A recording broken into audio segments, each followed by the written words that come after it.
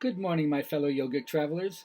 I'm mighty glad to be alive today, and I hope that you are too, as we continue to live, laugh, love, learn, linger, live the life we love. You know, to be creative means that you understand how your mind functions like spirit in its ability to initiate and select. And if you learn what it is to create an illumined mind, you will choose the what I call eternal verities, because like seeds they come forth and produce after kind. When you know that spirit is active and potent in your life, then all right ways unfold in due season. You're guided to the right people in the right way at the right time. So detach from all vexation, all strife, and spend some time every day contemplating and harmonizing your own power so it can flow through you. How do you know? Well, it'll be shown in clear-cut decisions that you make, because you know that right action is governing you. And when you do that, you will salute the spirit in all and wish health, happiness, peace, joy, and all the blessings of life to everyone.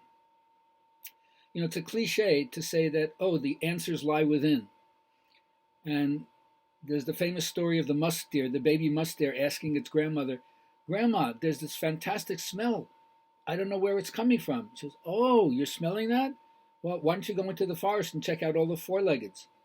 So the baby musk deer went out and smelled the beaver and the muskrat and the deer, the other deer, and all the other creatures that had four legs, and came back to Grandma and says, not coming from them. She says, well, if it's not the furry ones with four-legged, maybe it's the feathered ones. Why don't you check out all the birds in the forest? So the little musk deer went around and checked out the robin, checked out the crow, checked out the raven, the hoopoe, the cardinal, but no, none come from them. Sorry, Grandma, not from them. She says, why don't you go check out the finned ones?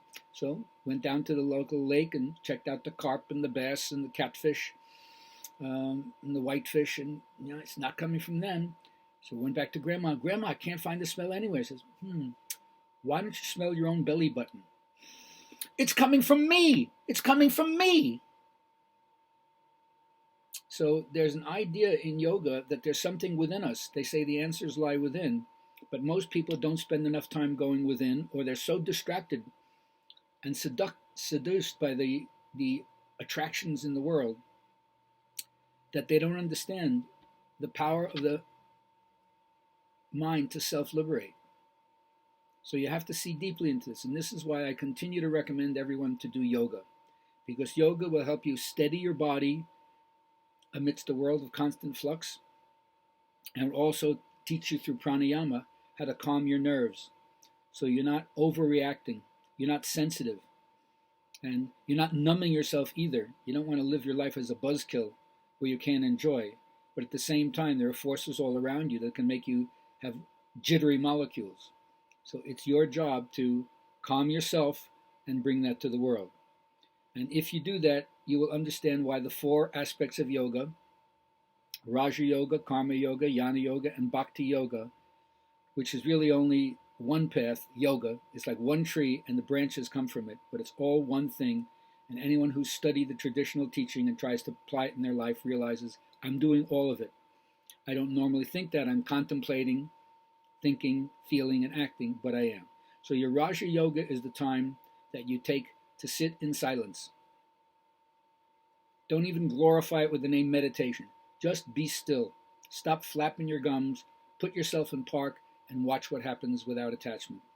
Then, of course, what you get from that is insight, and that's going to govern choice. So the insight you get is Jnana Yoga. It's the part of you that's really wise, that sees, that knows, and it has the information, and it passes that information on to the part of you that makes decisions. And then once you make the decision, you act. And that is where Karma Yoga comes in. So from quietly sitting in Raja Yoga and doing some kind of silent awareness, choiceless awareness, you get insight, and then the part of you that understands jnana, the deep knowledge of what's going on from direct seeing, that impels you to act with clarity and decisiveness. And of course, selfless, for the good of everybody else, not just for yourself. And if you do that all together, then the bhakti part comes in. Your heart is filled with love, devotion, compassion, and then you bring joy to the world.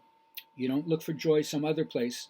One of the biggest mistakes is not only just listening to other people's spiritual con jobs promising you something somewhere else at another time, and then you think that there's greater joy somewhere else, rather than you are the vortex. You bring with you ananda, bliss, and you spread it everywhere to the extent that you can, unless you're in the presence of somebody else who's suffering, in which case you detach yourself from joy and you minister to them, because that is what all great souls do. They recognize the poignancy of the human predicament and they help out as best they can.